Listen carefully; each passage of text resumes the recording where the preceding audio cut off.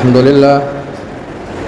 لله نحمده ونستعينه ونستغفره ونؤمن به ونتوكل عليه ونعوذ بالله من شرور أنفسنا ومن سيئات أعمالنا من يهده الله فلا مضل له ومن يضلله فلا هادي له ونشهد أن لا إله إلا الله وحده لا شريك له ونشهد أن سيدنا وسندنا وشفيعنا وحبيبنا ومولانا محمد وبارك وسلم. أما بعد قال الله تبارك وتعالى في كلامه المجيد والفرقان الحميد: أعوذ بالله من الشيطان الرجيم. بسم الله الرحمن الرحيم. إن الذين يبايعونك إنما يبايعون الله يد الله فوق أيديهم. وقال أيضا في موضع آخر: لقد رضي الله عن المؤمنين إذ يبايعونك تحت الشجرة فعلم ما في قلوبهم فأنزل السكينة عليهم وأثابهم فتحا قريبا. صدق الله مولانا العظيم وصدق رسوله النبي الكريم ونحن على ذلك لمن الشاهدين والشاكرين والحمد لله رب العالمین. محترم حاضرین جمعہ، عزیزان گرامی، دور و دراز سے تشریف لائے ہوئے ہمارے دینی ایمانی بھائیوں، بزرگوں اور دوستوں، یہ مہینہ اسلامی سال کا آخری مہینہ ہے جسے ہم اور آپ ذی الحج کا مہینہ کہتے ہیں، اور یہ مہینہ ہر سال آتا ہے. جب بھی ذی الحج کا مہینہ آتا ہے تو ہم اور آپ ایک بڑے جلیل القدر نبی سیدنا حضرت ابراہیم علیہ السلام کا ذکر خیر سنتے اور سناتے ہیں. یہ مہینہ ختم ہونے کے بعد نیا اسلامی سال شروع ہوتا ہے تو پہلا مہینہ محرم کا آتا ہے، اور محرم کے مہینے میں ہم اور آپ شہید کربلا حضرت امام حسین رضی اللہ عنہ کے حالات اور واقعات سنتے ہیں. یقیناً انبیاء کے تذکرے، صحابہ کرام کے تذکرے سنانا یہ ایمان کا حصہ ہے. یہ سارا تذکرہ ہم اور آپ سنتے ہیں. ایک طرف حضرت ابراہیم علیہ السلام کا واقعہ، اور جب نیا مہینہ آتا ہے، نیا سال آتا ہے تو حضرت امام حسین رضی اللہ عنہ کے حالات اور واقعات سنتے ہیں. اور ہر سال سننا بھی چاہیے. لیکن یہی ذی الحج کا مہینہ ہے جو حج والا مہینہ کہلاتا ہے. ذی الحج حج والا مہینہ. لیکن اسی مہینے کی 18 تاریخ کو، 18 ذی الحجہ کو، آج 21 ذی الحج ہے، 3 دن پہلے جو 18 ذی الحج کی تاریخ گزری ہے، یہ وہ تاریخ ہے جس تاریخ میں اللہ کے نبی علیہ السلام کے دوہرے داماد سیدنا حضرت عثمان غنی رضی اللہ عنہ کی دردناک اور مظلومانہ حالت میں شہادت کا واقعہ پیش آیا. لیکن نہ ہم سنتے ہیں نہ سناتے ہیں. ہمیں یہ توفیق بھی نہیں ہوتی ہے کہ حضرت عثمان غنی رضی اللہ عنہ، اتنے بڑے جلیل القدر صحابی جو اللہ کے نبی علیہ السلام کے داماد ہے، اور داماد ہی نہیں، دوہرے داماد ہیں. اللہ کے نبی علیہ السلام نے اپنی 2 بیٹیاں آپ کے نکاح میں دی تھی. حضرت عثمان غنی رضی اللہ عنہ کی یہ خصوصیت ہے کہ حضرت آدم سے لے کر اللہ کے نبی علیہ السلام تک کوئی ایسا نبی یا صحابی نہیں گزرا جس کے نکاح میں نبی کی 2 بیٹیاں یہ شرف حاصل ہے. لیکن ان کے حالات، ان کے واقعات، فیاضی کی سخاوت کے جو واقعات ہیں ہماری نظروں میں نہیں ہیں. تو آج انشاءاللہ ہم اور آپ ان کا ذکر خیر سنیں گے. شہادت کا واقعہ وہ انشاءاللہ بعد میں سنیں گے، لیکن ان کی جو کمالات ہیں، جو خصوصیات ہیں، جو ان کارنامے ہیں ان کی زندگی کے، ہم اور آپ انشاءاللہ آج سنیں گے. اور سننا بھی چاہیے، اس لیے کہ محترم اور متبرک جو شخصیات ہیں ان کا ذکر خیر سننا اور سنانا یہ برکت کا باعث ہوتا ہے. ہمیں اور آپ کو آج اداکاراؤں، گلوکاراؤں کے حالات حرف بحرف یاد رہتے ہیں، حرف بحرف. بلکہ ہم نیٹ پر سرچ کرتے ہیں کہ فلاں اداکار، فلاں اداکارہ، فلاں گلوکار، فلاں گلوکارہ نے کیا کارنامہ انجام دیا، ان کی زندگی کے حالات کیا ہیں، ان کی حرکتیں کیا ہو رہی ہے. حرف بحرف ہماری نظروں کے سامنے ہیں. لیکن جو اسلام کے حقیقی محسن ہے، جنہوں نے اسلام کی نشر و اشاعت کے لیے اپنی جانوں کو نچھاور کر دیا، اپنی دولت کو نچھاور کر دیا، آج ہم اور آپ ان حقیقی اپنے محسنوں کے حالات سے بے خبر ہیں، نہیں جانتے ہیں. تو آج کے جمعے میں ہم اور آپ سیدنا حضرت عثمان غنی رضی اللہ عنہ تیسرے خلیفہ ہے، اللہ کے نبی علیہ السلام کے داماد بھی ہے. ہم اور آپ سب سے پہلے یہ سمجھے کہ آخر انہوں نے اسلام قبول کیوں کیا. ان کی عمر 34 سال کی عمر ہے. 34 سال اللہ کے نبی علیہ السلام سے 5 یا 6 سال عمر میں کم ہے، چھوٹے ہیں. 34 سال کی عمر جو کڑیل جوانی کی عمر ہوتی ہے، وہ تجارتی مشغلے سے کہیں باہر گئے ہوئے تھے۔ جب مکہ میں آتے ہیں تو دیکھا ایک آواز بلند ہو رہی، توحید کی آواز ہے۔ یہ ایسی آواز تھی جو نامانوس آواز تھی، جس کو لبیک کہنے کے بجائے مکہ والوں نے اس آواز کی مخالفت کی۔ حضرت ابو بکر صدیق رضی اللہ عنہ ہر ذی شعور انسان تک اس آواز کو پہنچانے کی دن رات کوششیں کر رہا ہے۔ جب حضرت عثمان غنی رضی اللہ عنہ تجارتی مشغلے سے اور مصروفیات سے جب مکہ آتے ہیں، حضرت ابو بکر صدیق رضی اللہ عنہ کے یار ہیں، دوست ہیں، ان کے پاس جاتے ہیں اور اسلام کی دعوت دیتے ہیں، اسلام کی دعوت دیتے ہیں۔ حضرت عثمان غنی رضی اللہ عنہ کو حضرت ابو بکر صدیق رضی اللہ عنہ نے جو ہی اسلام کی دعوت دی، ایسا لگ رہا تھا کہ وہ پہلے سے تیار بیٹھے تھے، وہ پہلے سے تیار بیٹھے تھے۔ انہوں نے حضرت ابو بکر سے کہا کہ یار مجھے لے چلو، بارگاہ نبوت میں لے چلو اور مجھے مصطفیٰ کی غلامی میں شامل کرا دو۔ یہ دونوں دوست ابھی اللہ کے نبی علیہ الصلوۃ والسلام کی طرف جا ہی رہے تھے کہ دیکھا کہ خود اللہ کے نبی چل کر آ رہے ہیں۔ ایسا لگا جیسا کنواں خود پیاسی کے پاس اٹھ کر آ گیا، کنواں خود پیاسی کے پاس اٹھ کر آ گیا ہو۔ اللہ کے نبی علیہ الصلوۃ والسلام جب حضرت عثمان کے سامنے ہیں تو اللہ کے نبی نے حضرت عثمان سے کہا کہ عثمان، اللہ کی جنت کو قبول کر لو، اللہ کی جنت کو قبول کر لو، میں تمہاری اور پوری مخلوق کی ہدایت کے لیے بھیجا گیا، اللہ نے مجھے پوری مخلوق کی ہدایت کے لیے بھیجا ہے۔ انبیاء کی زبان میں اللہ بڑی تاثیر رکھتے ہیں، وہ کوئی لمبی چوڑی تقریر نہیں کرتے ہیں۔ اللہ کے نبی علیہ الصلوۃ والسلام نے کوئی لمبی چوڑی تقریر نہیں کی، نہ کوئی عقلی دلائل دیے نہ نقلی دلائل دیے، ایک لفظ کہا، اے عثمان اللہ کی جنت کو قبول کر لو، میں تمہاری اور پوری مخلوق کی ہدایت کے لیے بھیجا گیا ہوں۔ حضرت عثمان کا بیان ہے کہ زبان نبوت سے نکلے ہوئے یہ سادہ اور صاف جملوں میں وہ تاثیر تھی کہ میں بلا اختیار کلمہ شہادت پڑھنے لگا اور مصطفیٰ کی غلامی میں شامل ہو گیا۔ اللہ کے نبی علیہ الصلوۃ والسلام کے دست مبارک پر اپنا ہاتھ دیا اور اسلام قبول کر لیا۔ حضرت عثمان غنی رضی اللہ عنہ اسلام قبول کر لیتے ہیں، لیکن یہ وہ زمانہ ہے جو زمانہ اسلام قبول کرنے والوں کے لیے عرصے حیات کو تنگ کر دیا جاتا تھا، اپنوں نے منہ موڑ لیا، رسیوں میں باندھ کر مارا جاتا تھا، قالین میں لپیٹ دیا جاتا تھا اور دھواں چھوڑ دیا جاتا تھا، سانس لینا بڑا مشکل تھا۔ حضرت عثمان غنی رضی اللہ عنہ، حاضرین جمعہ کا وقت ہے، وقت کم رہتا ہے، آپ بھی جانتے ہیں، اس لیے اس کم وقت میں 5 احادیث ان کے تعلق سے جو ان کے فضائل پر مشتمل ہے اور ان کی زندگی کے کچھ خصوصیات، اور آخر میں انشاءاللہ ان کی زندگی کے جو اہم واقعات ہیں جس سے ہمیں اور آپ کو اندازہ ہوگا کہ حضرت عثمان غنی رضی اللہ عنہ کا کیا مقام تھا۔ آئیے میں 5 حدیثیں آپ کے سامنے پیش کر رہا ہوں۔ حضرت عائشہ رضی اللہ عنہ، ام المؤمنین حضرت عائشہ رضی اللہ عنہ، اللہ کے نبی علیہ الصلوۃ والسلام حضرت عائشہ کے گھر میں لیٹے ہوئے ہیں۔ ظاہر بات ہے کہ انسان جب اپنے بال بچوں کے ساتھ رہتا ہے تو کپڑے بے ترتیب ہوتے ہیں، اس کا خیال نہیں کیا جاتا ہے، پنڈلیاں کھلی ہوئی ہیں، اللہ کے نبی لیٹے ہوئے ہیں، کسی نے آواز دی، دستک دی اور اجازت چاہی، اجازت دی گئی۔ ایک بات اور یاد رکھیں، یہ وہ زمانہ ہے کہ اب تک پردے کا حکم نازل نہیں ہوا تھا۔ دستک دی جاتی ہے اور کہا جاتا ہے کون؟ تو کہا کہ ابو بکر ہے۔ اللہ کے نبی علیہ الصلوۃ والسلام نے کہا آنے دو۔ حضرت ابو بکر صدیق رضی اللہ عنہ اندر آتے ہیں، اللہ کے نبی سے بات کرتے ہیں، جو بھی ضرورت کی چیزیں باتیں ہیں وہ کر کے وہ چلے جاتے ہیں۔ اللہ کے نبی لیتے ہوئے یعنی حرکت نہیں آئی۔ اس کے بعد دوبارہ کسی نے دستک دی، کہا کون؟ کہا عمر۔ اللہ کے نبی نے کہا کہ آنے دو۔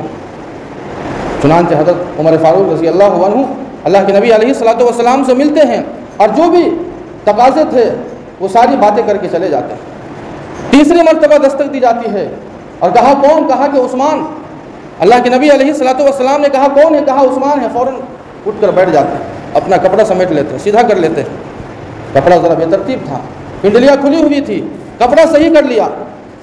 حضرت عثمان غنی رضی اللہ عنہ بھی آتے ہیں، ساری باتیں ہوتی ہیں، جو بھی تقاضے کی ضرورت کی بات تھی کر کے چلے جاتے ہیں۔ اب حضرت عائشہ کا بیان سنیے۔ حضرت عائشہ کہتی ہے اللہ کے نبی علیہ الصلوۃ والسلام سے کہ اللہ کے نبی، حضرت ابو بکر آئے، حضرت عمر آئے، آپ لیٹے رہے، اور جب حضرت عثمان غنی آئے تو آپ اٹھ کر بیٹھ گئے، آپ نے اپنا کپڑا صحیح کر لیا، کیا اس لیے کہ وہ آپ کے داماد تھے؟ تو اللہ کے نبی علیہ الصلوۃ والسلام نے بہت ہی قیمتی جملہ کہا تھا۔ کیا کہا تھا؟ الا استحی من رجل تستحی منہ الملائکہ، الا استحی من رجل تستحی منہ الملائکہ، کہ اے عائشہ کیا میں ایسے آدمی سے شرم و حیا نہ کروں جس سے آسمان کے فرشتے بھی حیا کرتے ہیں۔ یہ حضرت عثمان غنی رضی اللہ عنہ کی فضیلت ہے۔ حضرت طلحہ بن عبید اللہ رضی اللہ عنہ سے روایت ہے، میں حدیث پڑھتا ہوں، ان طلحہ بن عبید اللہ رضی اللہ عنہ قال قال رسول اللہ صلی اللہ علیہ وسلم لکل نبی رفیق ورفیقی یعنی فی الجنت عثمان۔ اتنا بڑا مقام حضرت عثمان کا۔ اللہ کے نبی کیا فرماتے ہیں کہ ہر نبی کا ایک رفیق ہوتا ہے، ایک دوست، ایک یار ہوتا ہے۔ اور اللہ کے نبی فرماتے ہیں جنت میں اگر میرا کوئی یار ہوگا تو ابو بکر یا عمر نہیں ہوگا بلکہ وہ عثمان ہوگا۔ یہ حضرت عثمان غنی رضی اللہ عنہ کا مقام اور مرتبہ ہے۔ حضرت جابر بن عبداللہ رضی اللہ عنہ ایک حدیث روایت کرتے ہیں، فرماتے ہیں کہ ایک مرتبہ ہم صحابہ کرام کا ایک گروہ تھا، کسی صحابی کے پاس گھر گئے، دعوت ہوگی، کوئی کام ہوگا۔ اس گروہ میں، اس جماعت میں حضرت ابو بکر صدیق رضی اللہ عنہ، حضرت عمر رضی اللہ عنہ، حضرت عثمان غنی رضی اللہ عنہ، حضرت علی رضی اللہ عنہ، حضرت طلحہ، حضرت زبیر، سعد بن وقاص، حضرت عبد الرحمن بن عوف، جو کبار صحابہ ہیں، بڑے بڑے صحابہ کرام ساتھ تھے۔ اللہ کے نبی نے کیا کہا کہ ہر آدمی اپنے کف کی طرف کھڑے ہو جائے، اپنے کف یعنی جو برابری کے ہیں ان کی طرف آپ کھڑے ہو جائے۔ سارے لوگ اپنے اپنے برابری کے پاس جا کر کھڑے ہو گئے۔ اللہ کے نبی علیہ الصلوۃ والسلام حضرت عثمان غنی کے پاس آتے ہیں، گلے لگایا، اور گلے لگانے کے بعد کیا کہا، انت ولی فی الدنیا وانت ولی فی الآخرہ، کہ اے عثمان دنیا میں بھی تو میرا دوست ہے اور آخرت میں بھی تو میرا دوست رہے گا۔ یہ حضرت عثمان غنی رضی اللہ عنہ کی فضیلت ہے۔ ایک اور حدیث سنیے، حضرت ام عیاش رضی اللہ عنہ، ان سے روایت ہے، ان ام عیاش رضی اللہ عنہ قالت سمعت رسول اللہ صلی اللہ علیہ وسلم یقول ما زوجت عثمان ام کلثوم الا بوحی من السماء الا بوحی من السماء۔ اللہ کے نبی علیہ الصلوۃ والسلام فرماتے ہیں کہ میں نے ام کلثوم کا جو نکاح حضرت عثمان غنی کے ساتھ کیا ہے، یہ میرے اختیار سے نہیں، یہ میرا فیصلہ نہیں تھا، یہ وحی تھا۔ اللہ نے یہ حضرت جبرائیل کو بھیجا یہ رشتہ لے کر، کہا کہ جاؤ اور ام کلثوم کا نکاح حضرت عثمان غنی کے ساتھ کر دو۔ ایک اور حدیث ہے جو پانچویں حدیث ہے، عن ابن عمر رضی اللہ عنہ قال قال رسول اللہ صلی اللہ علیہ وسلم من شتم عثمان فقد شتمنی۔ اللہ کے نبی علیہ الصلوۃ والسلام کی حدیث ہے جو حضرت عبداللہ ابن عمر رضی اللہ عنہ سے روایت ہے، فرماتے ہیں من شتم عثمان فقد شتمنی، جس نے عثمان کو گالی دی گویا اس نے مجھے گالی دی۔ سوچئے ذرا، جس نے عثمان کو گالی دی گویا اس نے مجھے گالی دی۔ یہ حضرت عثمان غنی رضی اللہ عنہ کی فضیلت ہے۔ آئیے ان کی زندگی کی کچھ خصوصیات، 15 خصوصیات جو صرف ان کی خصوصیات ہے وہ آپ کے سامنے پیش کی جا رہی ہے۔ سب سے پہلے بات، حضرت عثمان غنی رضی اللہ عنہ، آپ نے پوری زندگی کبھی شراب نہیں پی ہے، آپ نے کبھی بت پرستی نہیں کی ہے، آپ نے اپنی زندگی میں کبھی زنا نہیں کیا، آپ نے اپنی زندگی میں کبھی برائی کی خواہش نہیں کی، آپ نے اپنی زندگی میں کبھی گانا نہیں گایا، آپ نے اپنی زندگی میں کبھی چوری نہیں کی۔ اور حضرت آدم سے لے کر حضور پاک صلی اللہ علیہ وسلم تک کسی بھی صحابی ذو النورین کا شرف حاصل نہیں ہوا۔ 2 بیٹیاں اللہ کے نبی علیہ الصلوۃ والسلام نے حضرت عثمان غنی رضی اللہ عنہ کے نکاح میں دیا تھا، اور کیا کہا کہ عثمان اگر میرے پاس 30 بیٹیاں بھی ہوتی، 40 بیٹیاں بھی ہوتی، یعنی اور بیٹیاں ہوتی تو میں بھی وہ تمہارے نکاح میں دے دیتا۔ 4 بیٹیاں ہیں، ہمارا بھی جانتے ہیں، حضرت زینب، حضرت رقیہ، ام کلثوم، حضرت فاطمہ۔ حضرت زینب جو حضرت ابو العاص رضی اللہ عنہ کے نکاح میں ہے، اور حضرت رقیہ اور حضرت ام کلثوم جو حضرت عثمان کے پاس ہے، اور حضرت فاطمہ جو حضرت علی کے پاس ہے۔ اللہ کے نبی نے کہا کہ اگر 40 بیٹیاں بھی ہوتی تو وہ ساری کی ساری میری بیٹیاں ایک کے بعد دنیا سے چلی جاتی، اور میں تمہارے نکاح میں ایک کے بعد ہر ایک بیٹی کو نکاح میں دے دیتا۔ یہ حضرت عثمان غنی رضی اللہ عنہ کا شرف ہے۔ آپ نے 2 مرتبہ ہجرت فرمائی ہے، اس لیے آپ ذو النورین کے ساتھ ذو الہجرتین بھی ہیں۔ ایک مرتبہ حبشہ کی طرف، آپ کو یاد ہوگا جب مکہ والے جب حضرت عثمان غنی رضی اللہ عنہ ایمان قبول کرتے ہیں اور ان پر جب پریشانیاں اور مصیبتیں آنے لگی، اپنوں نے منہ موڑ لیا، چچا نے آپ کو مارا پیٹا اور آپ کو قالین میں بند کر دیا جاتا، دھواں چھوڑ دیا جاتا۔ جب پریشانی کو اللہ کے نبی علیہ الصلوۃ والسلام نے دیکھا تو آپ نے ہجرت حبشہ کی اجازت دے دی، اور حضرت ابراہیم علیہ الصلوۃ والسلام کا واقعہ آپ نے ابھی سنا کہ آپ نے ہجرت کی تھی اپنی اہلیہ، اپنے اولاد کے ساتھ، خاندان کے ساتھ۔ ان کے بعد یہ دوسرا جوڑا تھا، اپنی اہلیہ کے ساتھ میں ہجرت فرمائی تھی، اور وہ بھی حبشہ کی طرف۔ اور اس کے بعد جب ہجرت مدینہ کا حکم آتا ہے تو دوسری مرتبہ حضرت عثمان غنی رضی اللہ عنہ نے دوسری مرتبہ اپنے اہل و عیال کے ساتھ مدینہ ہجرت فرمائی۔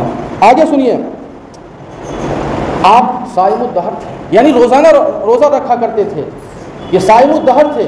حضرت داؤد کے بارے میں آتا ہے کہ وہ صائم الدہر تھے، اور یہ حضرت عثمان غنی رضی اللہ عنہ ہے جو صائم الدہر تھے، روزانہ روزہ رکھا کرتے تھے، اور ہر جمعہ کو معمول تھا کہ ایک غلام آزاد کر دیا کرتے تھے ہر جمعہ کو، اور اگر کسی جمعہ خالی ہو جاتا، آزاد نہیں کر پاتے تو جب دوسرا جمعہ آتا تو دوسرے جمعے کو پہلے جمعے کی قضا کرتے، یعنی 2 غلام آزاد کرتے۔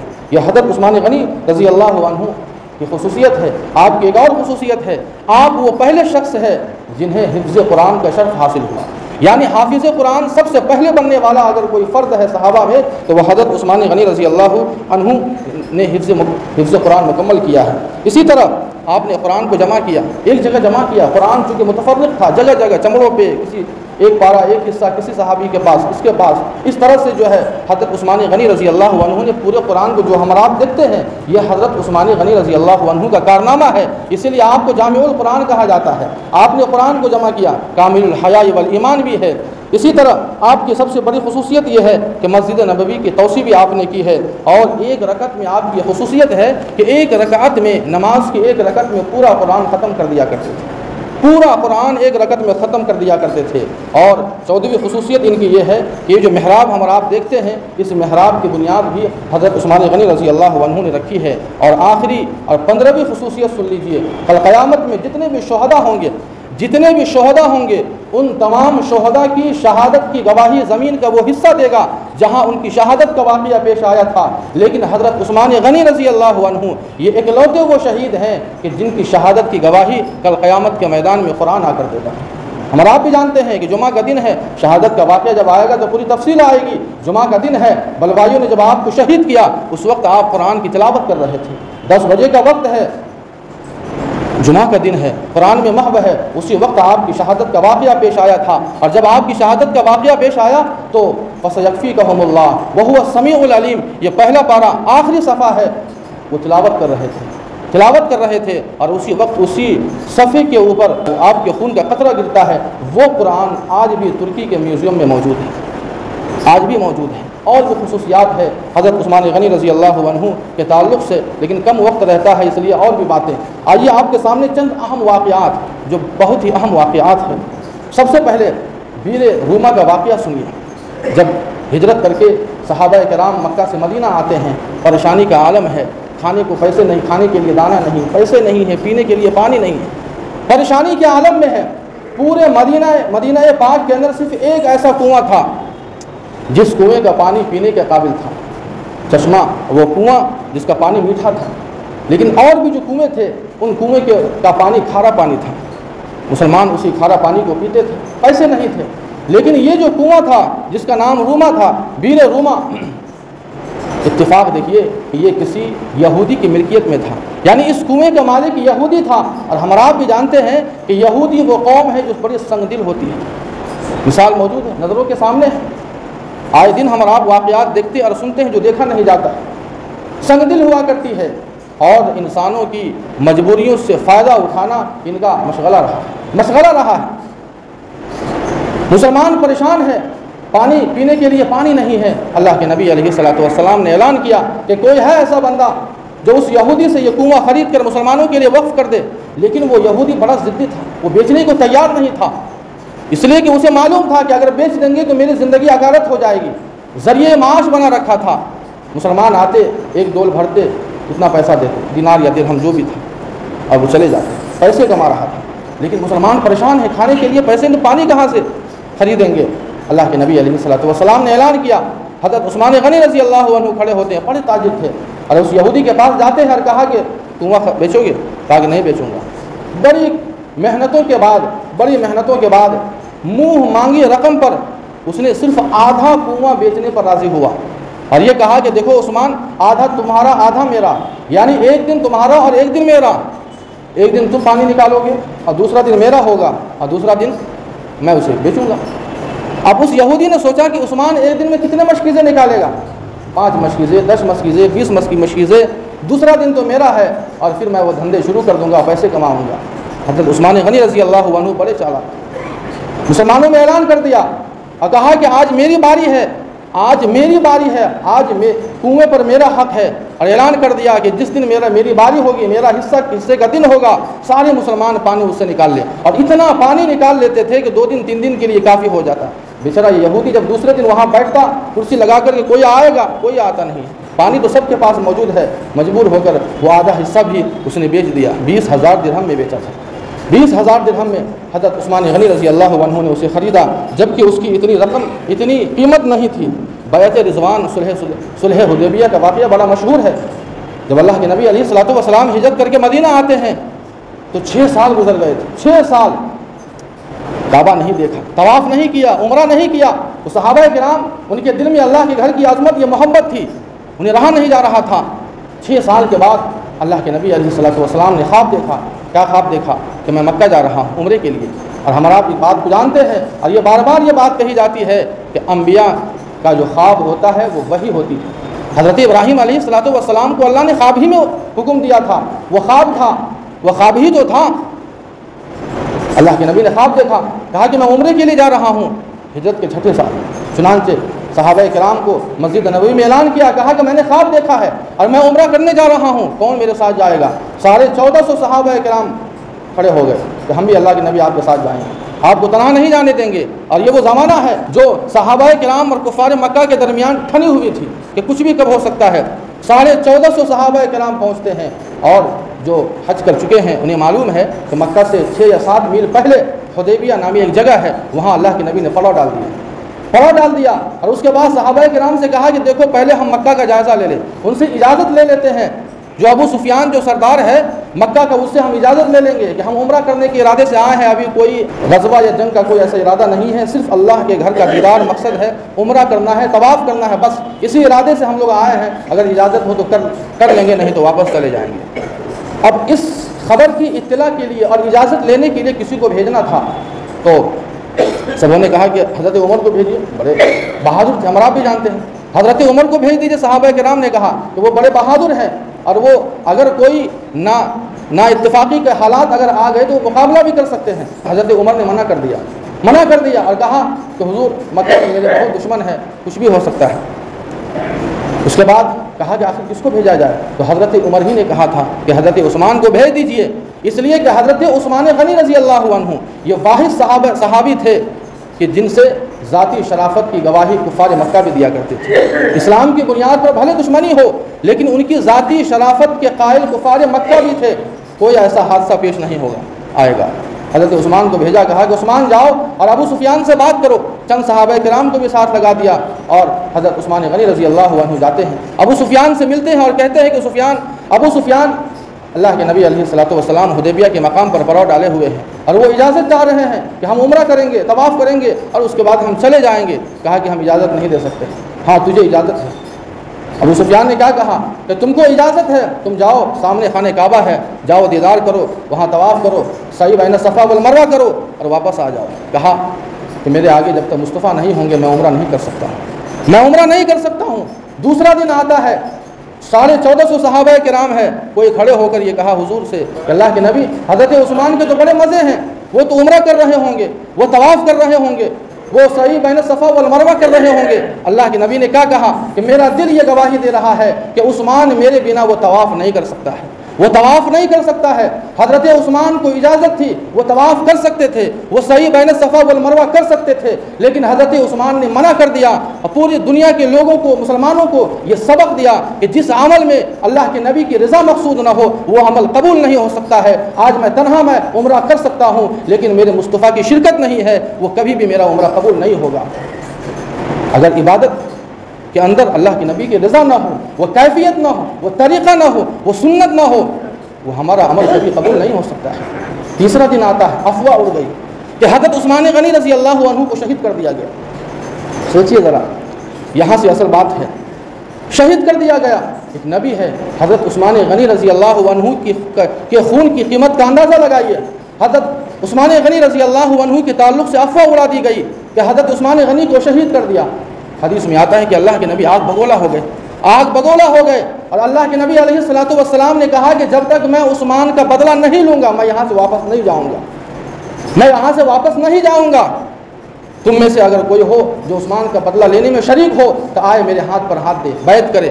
اسی واقعے کو قرآن نے بیان کیا، لقد رضی اللہ عن المؤمنین اذ یبایعونک، 1450 صحابہ کرام، حضرت ابو بکر آئے، انہوں نے بیعت کی، حضرت عمر آئے، سارے صحابہ کرام نے بیعت کی کہ ہم عثمان کا بدلہ لیے بغیر، حالانکہ افواہ تھی، عثمان کا بدلہ لیے بغیر ہم یہاں سے نہیں جا سکتے ہیں۔